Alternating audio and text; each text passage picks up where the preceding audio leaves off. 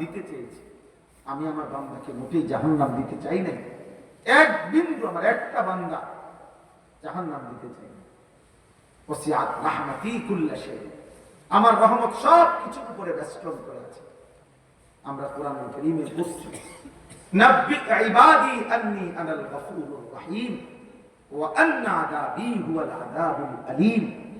এই কথাটা মনোযোগ দিয়ে শুনেন, আল্লাহ তাআলার দয়াটা তাইলে বুঝবেন। আল্লাহ বলতেছে, নবী আপনি আমার বান্দাদেরকে শুনায়া দেন, আন্নী আনাল গফুরুর রহিম, আমি আল্লাহ, আমি গফুর, আমি প্রচন্ড ক্ষমাশীল, রহিম, আমি সর্বোচ্চ দয়াবান, পরিপূর্ণ দয়াবান, আমি দয়ালু।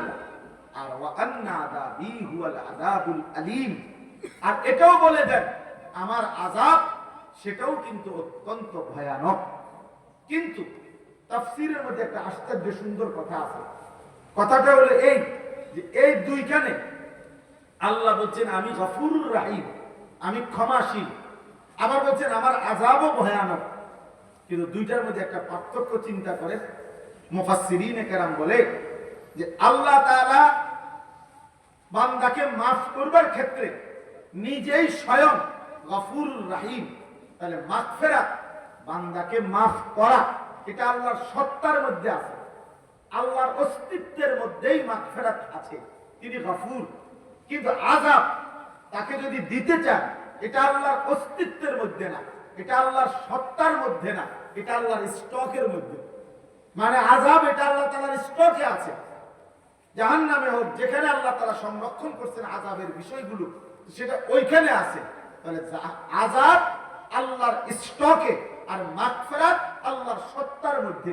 এই জন্য যেটা আল্লাহর সত্তার মধ্যে, তো আযাব দিতে চাইলে, বান্দাকে শাস্তি দিতে চাইলে, মনে করেন ওইখান থেকে লাঠি নিতে নিতে যদি বান্দা মাফ চায়, তো লাঠি তো নিয়ে মারবে, আর মাফ করতে তো সত্তার মধ্যেই আছে, তৎক্ষণাৎ মাফ করবে।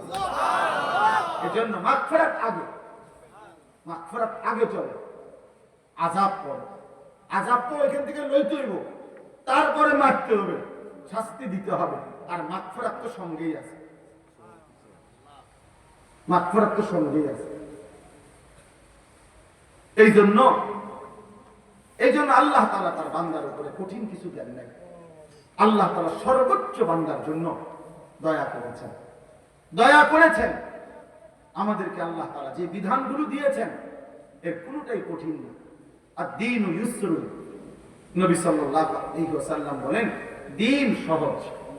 আল্লাহ কোরআনে বলেন ওয়ালাকাদ ইয়াসসারনাল কুরআনা লিযিকর, আমি বান্দা কোরআনুল কারীমকে শিখার জন্য, বুঝার জন্য আমি সহজ করে দিয়েছি। ফাহাল মিন মুদ্দাকির,